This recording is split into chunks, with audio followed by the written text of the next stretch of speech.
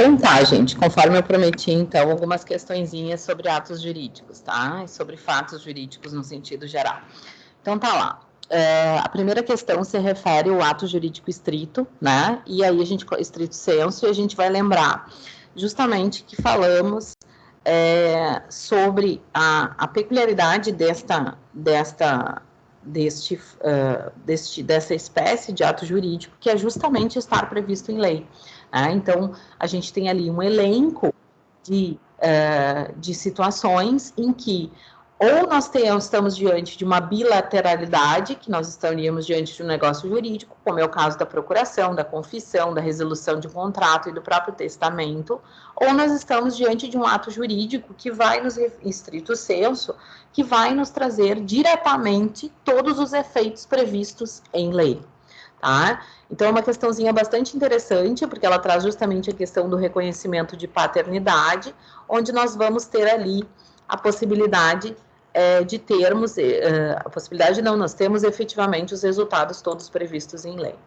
Depois, gente, a segunda questão, e aí a gente remete para a própria normativa, né, para a própria leizinha aqui, que vai falar sobre a questão das condições e justamente sobre os casos em que essas condições são consideradas efetivamente hipóteses de invalidade dos negócios jurídicos, né? E interessante que a questão ela nos confunde, né? Porque ela vai dizer o seguinte, olha, pelo código, o que acontece? Quando eu tenho uma condição física ou juridicamente impossível, e ela é suspensiva, ela é uma causa de invalidade, ou seja, ela vai atacar o plano da validade.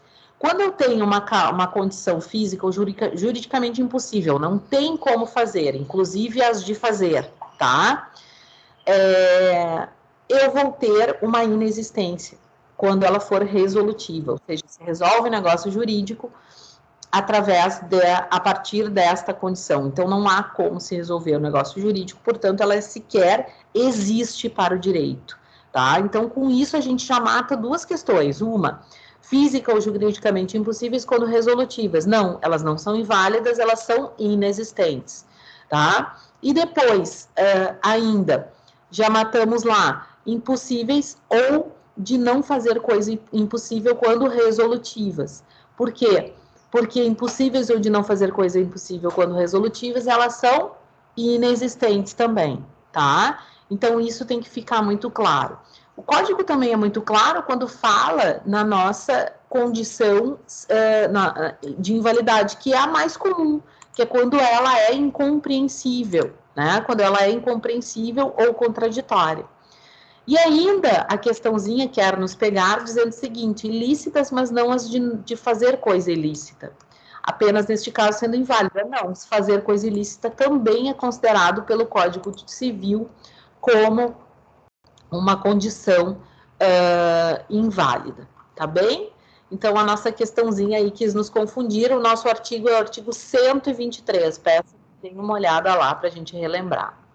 Depois disso, gente, vem o artigo referente à interpretação do negócio jurídico. E aqui lembrando, mais uma vez, aquilo que falamos sobre a preferência do código em relação à vontade declarada em detrimento da reserva mental. Então, a regra é que se utilize a vontade declarada, aquilo que efetivamente ele veio a declarar diante aquilo que efetivamente a parte veio a manifestar, né, a sua vontade. Muito bem. Isso, gente, vai vir previsto justamente nas disposições gerais em relação aos negócios jurídicos, a partir ali do artigo 110. Aí a gente vai olhar ali no artigo 110, ele vai dizer assim, a manifestação de vontade subsiste ainda que o autor haja feito reserva mental de não querer, ou seja, na minha cabeça eu não quero, mas eu manifesto a minha vontade declarada. E mais, ele vai dizer no artigo 112 que nas declarações de vontade se atenderá mais à intenção nela consubstanciada do que efetivamente a linguagem, né? Do que efetivamente o sentido literal das palavras. E é justamente aqui que a gente vai entrar na nossa questão, porque a nossa questão certa é, na vontade declarada, atender-se-á mais a intenção das partes do que a literalidade, tá? E lá no final, como regra geral, não subsiste a vontade, o contrário, né? Subsiste a vontade, ainda que o autor tenha feito a reserva mental do que ele não manifestou, tá? Outra questão importante vem no artigo 111, que daí a gente já mata mais uma assertiva, que vai se referir: o silêncio importa a anuência quando as circunstâncias e os usos autorizarem, se não for necessária a declaração expressa. Então, não é sempre, gente, que o silêncio vai importar a anuência, nem poderia ser, né? Então, o código ressalva para situações em que há previsão legal ou em que os usos e costumes autorizarem, certo? E, por fim, e não menos importante, vai se referir ao artigo 114, que vai falar que os negócios jurídicos benéficos, ou seja, que são positivos para as partes, e a renúncia se interpretam estritivamente. Então, nós matamos a letra A e nós matamos lá a letra C. Por quê?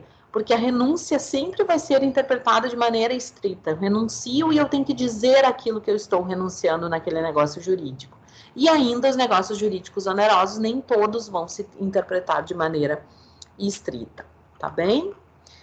Depois, minha gente, olha que bacana aqui para a gente olhar a questão 4. Tá? A questão 4 vai se referir à nulidade e anulabilidade dos negócios jurídicos. Tá? E ela vai dizer o seguinte, olha, a invalidade da obrigação principal implica o das acessórias, mas esta não induz a invalidade da obrigação principal. Então, assim, a invalidade da obrigação principal implica, né, a extinção e a consequente invalidação das acessórias, mas o inverso não é verdadeiro, tá? E isso também tem previsão legal. Só que o mais importante dessa questão é a gente dar uma olhada nas demais, né? Por quê? Se a gente subir ali, a gente vai ver o caso de incapacidade, de invalidade reconhecida por incapacidade relativa ou por vício resultante de erro, dolo, coação, simulação ou fraude. Olha isso, gente, 2 problemas grandes nessa questão. Primeiro, vamos lá para o artigo 171. No artigo 171, nós vamos ter os casos de invalidade, né, de anulabilidade. Muito bem. Reconhecida lá pela incapacidade relativa ou ainda pelos casos de erro, dolo ou fraude, tá? Não incluída a simulação, porque, em regra, a simulação vai ser um caso de nulidade. Só que a questão está nos falando em invalidade, então, por aí, até então, tudo bem. Só que aí, gente, a gente vai dar uma olhada no artigo 177 e a gente vai ver o seguinte, que a anulabilidade, isso eu disse para vocês, ela não tem efeito antes de julgada a sentença. Por quê? Porque ela tem que ser reconhecida, eu tenho que comprovar o prejuízo, eu tenho que dizer efetivamente o que aconteceu, senão ela poderia ser convalidada, ela poderia ser ratificada, tá?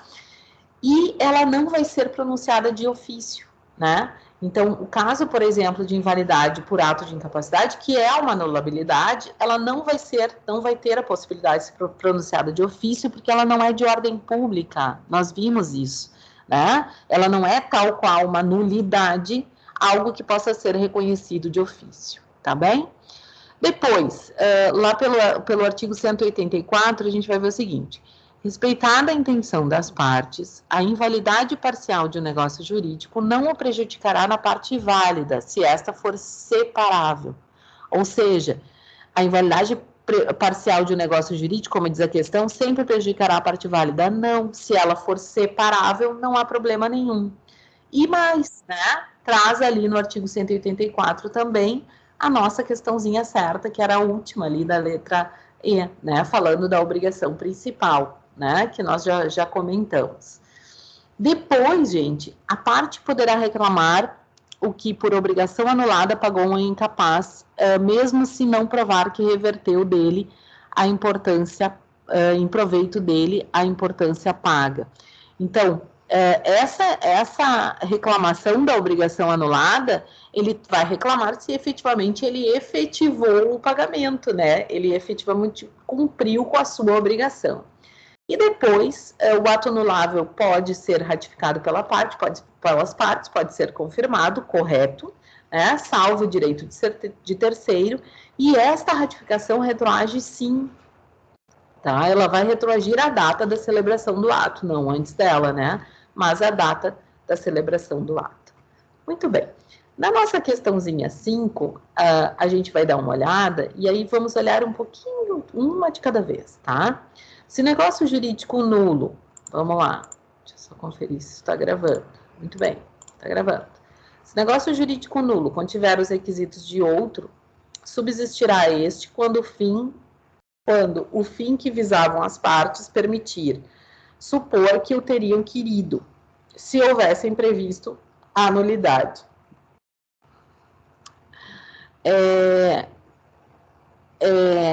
Gente, o que a questão quer dizer, né? Ele vai subsistir se as partes efetivamente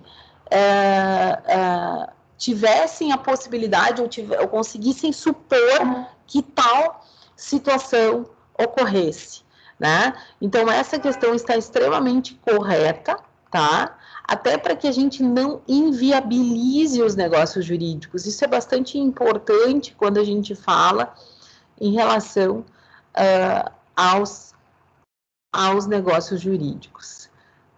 Tá bem?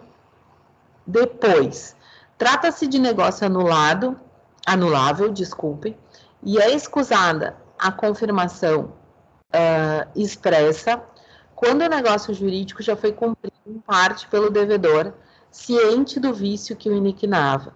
Ou seja, são aqueles casos de dolo, de lesão, de fraude, enfim, de possibilidade de anulação, né, que nós já vimos, mas nós vimos também que se o devedor estivesse ciente dessa possibilidade, ciente desse vício, este negócio jurídico pode vir a ser convalidado, né? Então, não há necessidade de efetivamente se reconhecer a anulabilidade deste negócio, tá bem? A nossa letra, então, é justamente a 1 e a 2, né? E agora nós vamos ver o inciso 3º aqui e o que ocorreu com ele. É de 5 anos o prazo de decadência para pleitear-se a anulação do negócio jurídico no caso de erro, dolo, fraude contra credores, estado de período do dia que realizou o seu negócio. Gente, isso tem previsão expressa, tá? Isso tem previsão expressa. Vamos lá aqui, para que a gente consiga falar sobre isso. Ó, tem previsão expressa. Muito bem, tá lá, ó. Artigo 178. É de decadência, sim, o prazo, mas o prazo é de 4 anos, tá? No artigo 178. 4 anos para pleitear-se a anulação do negócio jurídico, contado efetivamente do dia em que se realizou o negócio, do erro, do dolo, com erro, com dolo, com fraude, credores, estado de perigo ou lesão, tá? No inciso anterior, só para registrar, né? Não seria necessário, mas só para registrar, a gente também tem um artigo expresso, falando aqui no artigo 174. É escusada a confirmação expressa quando o negócio jurídico já foi cumprido em parte pelo devedor, ciente do vício que o iniquinava. Tá bem? Então, vejam, gente, de novo, letra da lei, tá? A importância da gente ler direitinho ali todas as assertivas. E uma questãozinha final, bastante importante aqui, vai se referir de novo sobre a questão da manifestação da vontade, né? E aí a gente vai lá, manifestação da vontade, em regra, não subsiste se o autor houver feito a reserva mental. Não, gente, já vimos que não, né? Já vimos que há previsão legal e que o código prima pela declaração, pela vontade declarada. Então, essa assertiva está equivocada. Depois, a impossibilidade inicial do objeto não invalida o negócio jurídico se for relativa ou se cessar antes de realizada a condição a que ele estiver subordinado. Falamos disso, né, da impossibilidade inicial e também da sua relatividade. Então, se ela for relativa e ela puder ser realizada posteriormente, ela não invalida de plano o negócio jurídico. Então, tá correta, tá? Depois, a incapacidade relativa de uma das partes não pode ser invocada pelo ou pela outra em benefício próprio, nem aproveita aos cointeressados capazes, salvo se, neste caso, for indivisível o objeto ou da obrigação comum. Né? Então, a incapacidade relativa, por ser uma hipótese de anulabilidade, ela tem que ser alegada diretamente e ela não pode ser invocada por outra parte em benefício próprio, tá bem? Então, isso também vem previsto. Muito obrigada, nossa prova é daqui a pouquinho, fiquem tranquilos, tá? Tô terminando de elaborar ela, vai ser bem tranquilo, bem bacana. Um abração.